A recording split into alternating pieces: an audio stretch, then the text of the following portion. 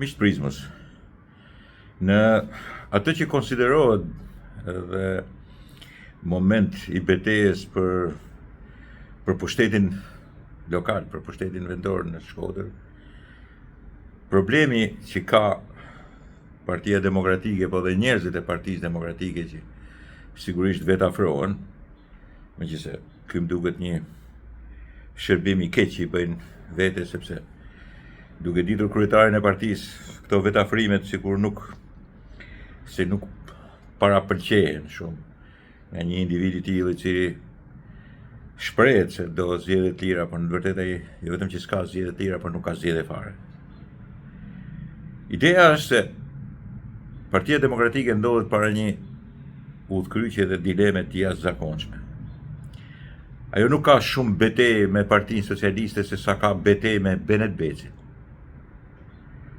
Dhe ky është problemi i cili sigurisht i ka bërë disa tipa që të vetë afrohen dhe të mbajnë një diskurs të tipit modelit. Shiko, ato punë që po bëhen, po zvarriten sepse duan t'i çojnë deri në inaugurimin e tyre dhe për përfundimin e tyre në momentin që ka zgjedhje. Dhe duke mos dhënë asnjë lloj alternative, vazhdojnë me luftën i pandeuri dhe imagjino një individ i tillë i cili sigurisht nuk ka, që për një propagandë të tillë që nuk ka prekur një punë vet me dorë, nuk ka drejtuar asgjë, edhe që kërkon ose apelon ose tenton që të jetë nesër kryetari i Bashkisë Shkodrës,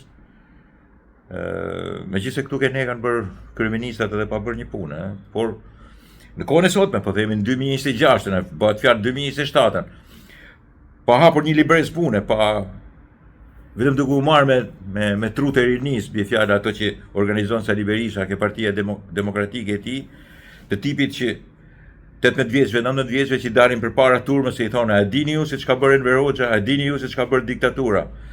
Idiot të tillë, domethënë dement të tillë, të cilët i propozon edhe i larson Sali Berisha dhe pastaj djeg, sigurisht, që japin leksione një turme për 50 vjeçës, 60 vjeçës mesatarja, se çdo të thotë komunizëm.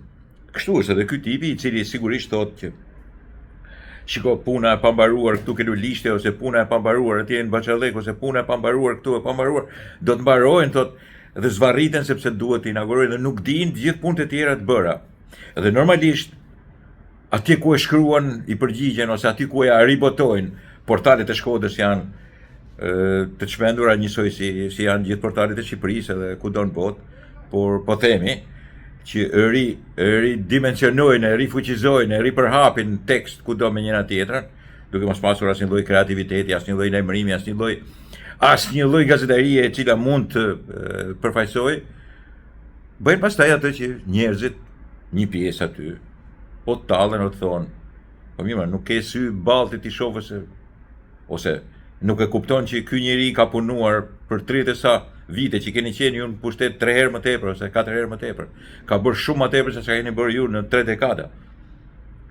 Mirë, po kjo nuk e ndalon një individ tillë ose individ tjerë, sepse zakonisht është një individ që ka qenë kryetar bashkie këtu për gjysmë mandati dhe që absolutisht nuk ka bërë asgjë, përveç një 2-3 rrugëve ose tjetra ka qenë 7 vite dhe ka bërë vetëm inaugurime rrugësh 20 metra. Dhe ky që s'ka bërë asgjë, po që sigurisht ka një moshë të re dhe që dikush ja ka mbushur mendjen që shiko ti je më i miri. Ti je më i miri edhe njëkohësisht bën si Berishka, i lutet një. Imagjino tash çfarë kryevepre është kur i thot i pandehur Benet Becit dhe i drejtohet në një farë mënyrë, bën reklam që ti shkoj ky lloj shkrimi që e nxjerr në Facebook ose e elaboron këto portalet ose sigurisht ka disa elementë që e çojnë edhe në për këto qenefanën e kanalizimit mediatik të Tiranës, shkreneri e madhe thjesht ke News 24 për shembull, ose ku diun një vend tjetër, qoftë edhe Top Channel, që deformohet në një farë mënyrë, gazetaria deformohet, mendimi estetik normal shqiptar, deformohet, shkatërrohet në themel, dhe që elaboron pikërisht këtë, i drejtohet atij që nuk është i pandehur, thjesht, edhe kam fjalën për Sali Berishën, është kriminal, është vrasës. Imagjino një djalë i ri, i cili nuk ka në veten e tij 30 vjeç, 33 vjeç, 34 vjeç, 35 vjeç, bëm atë një 83 vjeçari i cili ka vrarë njerëz në bulevard, ka hedhur njerëz në erë, ka shkaktuar 97-ën, 96-ën, 98-ën, edhe na qenë nga Benet Beci i pandehur, që bën këto punët e Shkodrës, edhe që sigurisht duhet zëvendësuar nga ky djalë i ri, i cili i merr një kriminal i leje që të kandidoj unë për kryetarin e bashkisë të Shkodrës, qytetit Shkodrës. Ka nërën keq. Dhe po indoktrinojnë edhe të rit. Ky njeri, tash ky i ri për mua është indoktrinuar, ka mbyllur cirkun e tij. Këtë si Partia Demokratike dhe Sali Berisha e kanë ndjekur, pa e kanë ndjekur edhe ato të familjes vet, të cilët e kanë shtytur ose e shtyn për të qenë protagonist në partinë e një deliranti politik i cili e ka marrë qafë Shkodrën për 35 vite rresht. Nga i viti 1990 dhe në vitin 2024-2025. Me të gjitha marrëzirat e mundshme ekonomike, financiare dhe njëkohësisht përdorjes së Shkodrës për pushtetin e tij të qelbur në Tiranë. Dhe për fatin e keq, një pjesë e qytetarëve shkodran, këtë mund ta them edhe për veten time deri një farë kohe. Deri një farë kohe, se pastaj s'mund ta përkraja një kriminal si puna e tij. E kanë përkrahur dhe e kanë marrë me të mirë. Një person i cili ka sjell në Shkodër politikën, folklorizmin parapolitik më të shelbur që mundet ndonjëherë në historinë e njeriu të përdorë një individ karshi një qyteti tradicional edhe me konsiderohet me kulturë edhe me individ i jashtëzakonshëm të politikës në të kaluarën e tij. Në të kaluarën jo vetëm para vitit 1945, por edhe mas 45-s, që prapë kishte njerëz të kulturës, kishte njerëz të arsimit, kishte njerëz të akademizmit shumë herë më të rëndësishëm se sa tash sa është ka ta ndisur që për një kancelar të universitetit të jenë vetëm folklorik në garë, asnjë qytetar. Kjo është katastrofë. Dhe ky qytetari i ri që s'ka prekur punë asnjëherë që do që të afrohet për kryetarin e bashkisë, bën akuzën e njeriu i cili sigurisht e shikon se çfarë është duke bërë. E shikon që si trajtohet Shkodra. E shikon punët që janë duke bërë dhe bën muhabete që ti dëgjoj një kriminal si Sali Berisha. Çfarë ti thuash këtij djalit? Çfarë ke për të thënë? Këtij djalit dhe partisë të djalit.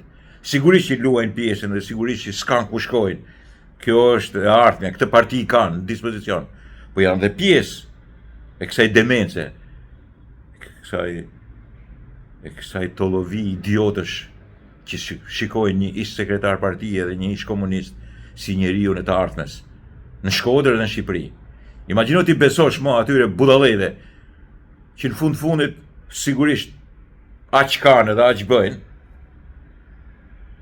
jo të protestës, po dhe që të grupit aty afër, që sigurisht përbëjnë edhe thelbin e qëndrimit në një lloj pushteti të Sali Berishës, hajde administroni edhe një herë Shkodrën, e merrni kapnin Shkodrën edhe një herë në dorë. Kush nuk e di që i kishin mbushur gjithë zyrat me tarikatin e tyne. Mbushën policit, mbushën gjykatat, mbushën prokurorit. Erdhi një ditë që nuk kuptohesh se kush drejtonte në këtë vend. Edhe që nuk rregullohet edhe sot e kësaj dite. Imagjino ta ankohesh për Shkodrën e sotme që i bëhet shërbim, lyhet, pastrohet, hapen kanale, ndërtohet, ka investim, riparohet, dhe ti thush lëre këtë, ndale këtë. Ndale mërë këtë lloj vrulle, lloj pune, për të ardhur këta që sigurisht jo vetëm s'kan punuar asnjëherë, po kanë dhe demencën e një arrogancë idiote për sistemet të cilat tashmë një popull jo vetëm që i ka larguar nga pushteti, por s'ka për të sjell kurrë në këtë lloj forme në pushtet. Asnjëherë. Dhe prandaj them çiko, spaku të jeni të zgjuar, të kuptoni se nuk jeni duke luftuar vetëm me Partinë Socialiste. Po luftoni me atë njeriu që një pjesë e madhe e Shkodrës e di që bën punën. Mos doj partinë e tij, nuk e di si lidh kur gjë me Partinë Socialiste, po i lidh me këtë personin. Dhe ajo Partia Socialiste ishte kaq e zgjuar sa e vendosi këtu për të bërë punën. Dhe sigurisht që bën punën e tij. Të zëvendësosh Benet Becin me këto lloj krymaleshësh, të cilët i luten një kriminali, aman na kandidon ne për kryetarin e bashkisë, se do zëvendësojmë ne Benet Becin, vim edhe ne herë ta mbushim me horreshe që s'janë mësuar, Demelhane, bashkinë dhe gjithë institucionet e mundshme. Kjo është pastaj ta kthesh, jo ato që thon rrotën e historisë mbrapa, po të kthesh edhe marrëzinë e plot ekonomike, financiare, një qyteti që u smur sidomos vitet e fundit me Voltanën, dhe sigurisht edhe me Bardhen e me gjithë tjerët. Të kthesh edhe një herë marrëzinë politike, ekonomike, ku sigurisht pastaj njerëzit duhen vetëm për protestë. Ujësillësit duhet për protestë, punonjësit duhen për protestë, dalin aty me zor të shkojnë të bëjnë protestë. Këtu makare i thonë që hajde të pastrojmë Velipojën në herë, ose hajde shkojmë për këtë, po jo për protestë. As kërkush nuk i do për protestë njerëzit. Nuk mlidhet kërkush që ti shkojmë. Na, edhe karburantin e bashkisë merrin e përdorin për të hyrë nëpër makina për shku të protestos për non-gratën e atij në Tiranë. Shkatastrofë.